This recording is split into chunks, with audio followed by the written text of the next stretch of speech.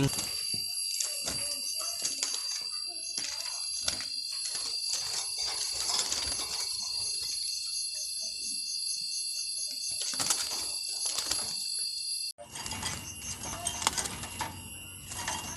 สบายดีFCมาทุกคนเนาะ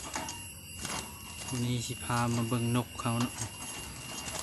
เป็นลูกใบอยู่ตรงนี้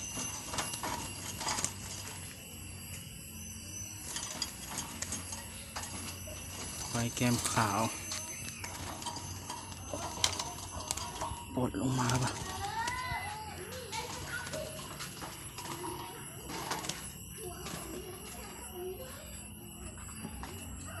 นกมันเลียนกัน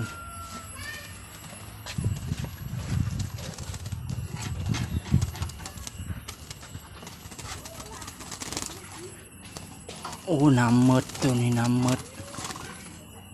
เลยตัวนี้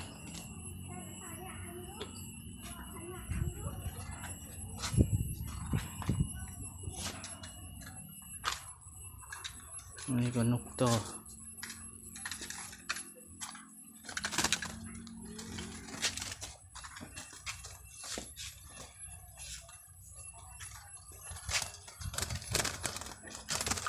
เยอะ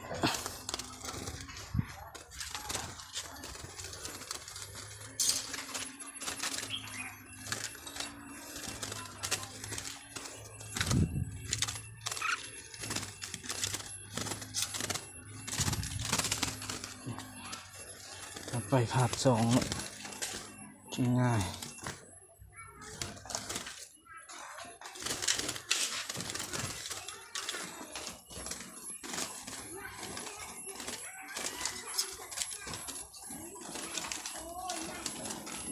ต่อไปยัง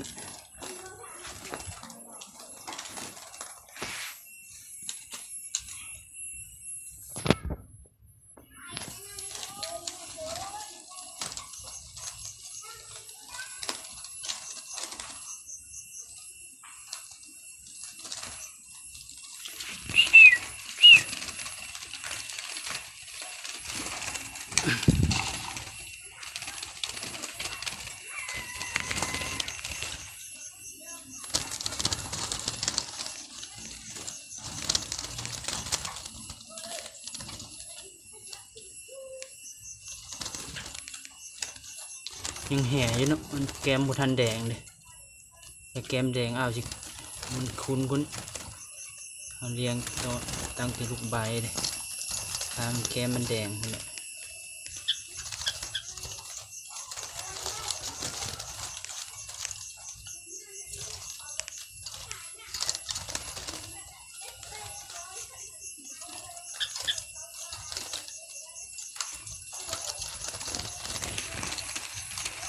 ตรงนี้เราบ่มีอย่างโป๊กทั้งหัวดูนหัวแตกเมื่อตุน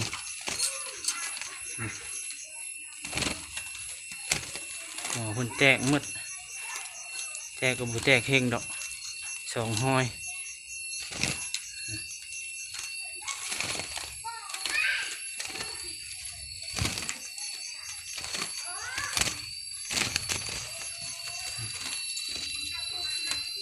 เดือนเริ่มออกแล้ว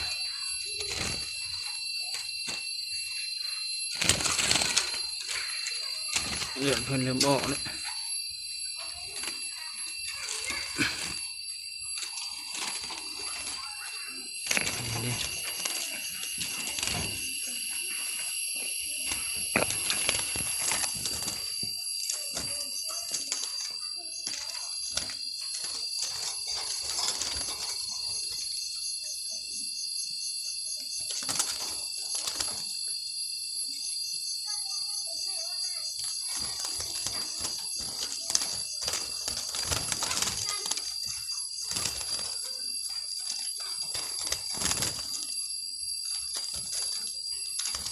น้ำนกหมดน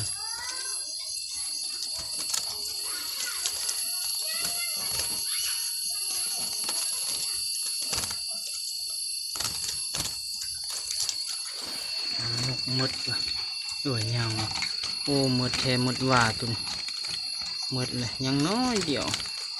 แล้วมาตื่น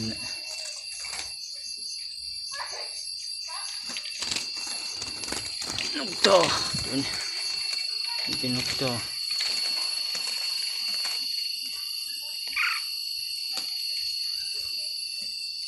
FC ท่านใดสนใจก็คอมเมนต์เข้ามาเนาะมี3-4ตัวลูกใบนะมี4ตัวตัวหนึ่งอยู่ทางหลังบ้านตัวนั้นบ่มีกรงใส่โดยปะไว้ในคอกใหญ่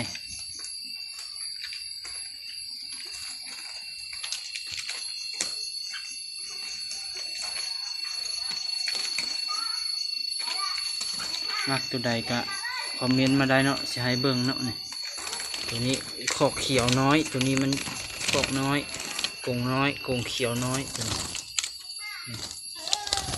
นกก็งามอยู่นกนะ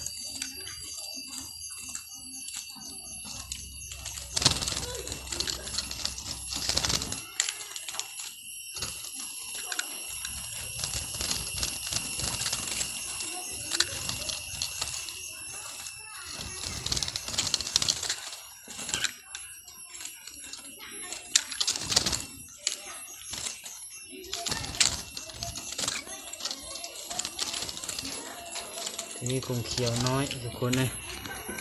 เบิ่งตัวนี้เป็นกรงเขียวตัวนี้ก็กรงเขียวแต่กรงง่ายตัวกรงง่ายก็กรงเมื่อกี้นี่นกก็ประมาณนี้เนาะ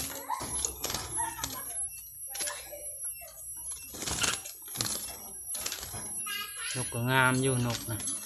เป็นนกคู่มันเนาะคัดไว้ลูกใบเป็นนกคู่มันเลย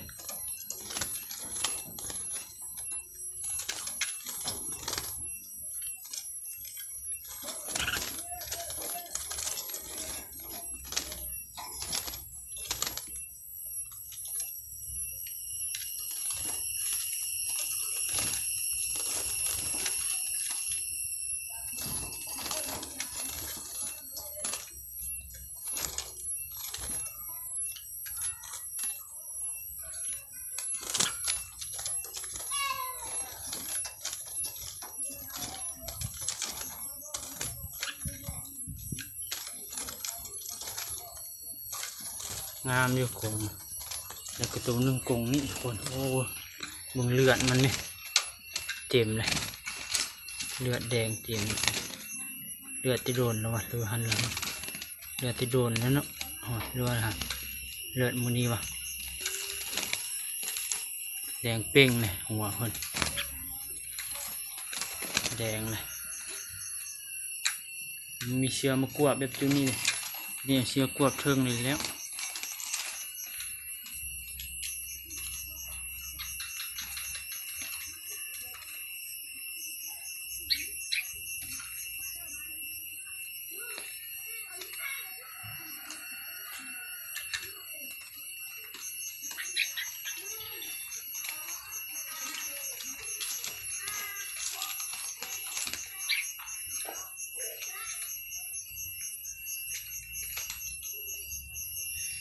FC ท่านใดสนใจตัวใดก็คอมเมนต์เข้ามาเนาะมี3กรงเนาะ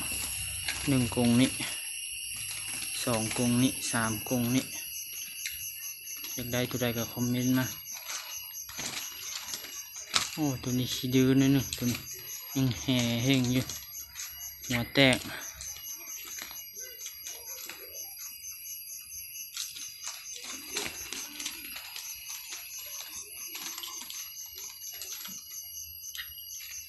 หัวแตกเนาะเอาขึ้นเข้าไปไว้ก่อนตัวนี้หัวแตกเฮงก้นหมูนกเขาเก็บไว้ทุกคนบัดเฮาออกมาเลยห้องเลยเปรี้ยวเฉดียวอยู่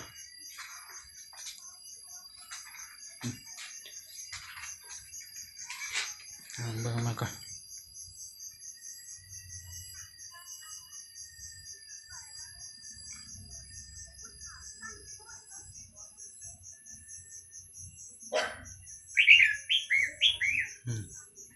ห้องอยู่ได้ทุกคนเลยเปรี้ยวอยู่ตัวกรงใหญ่ฮะกรงเขียวห้องกับนกต่อ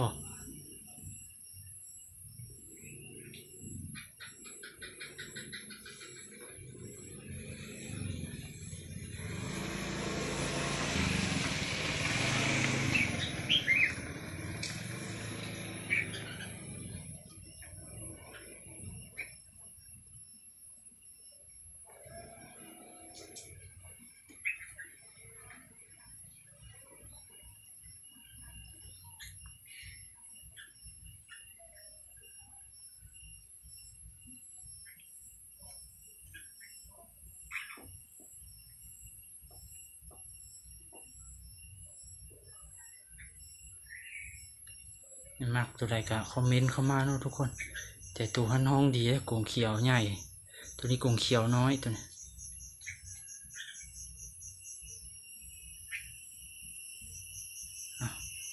คลิปนี้ก็สิจบลงเพียงเท่านี้เนาะทุกคนเนาะ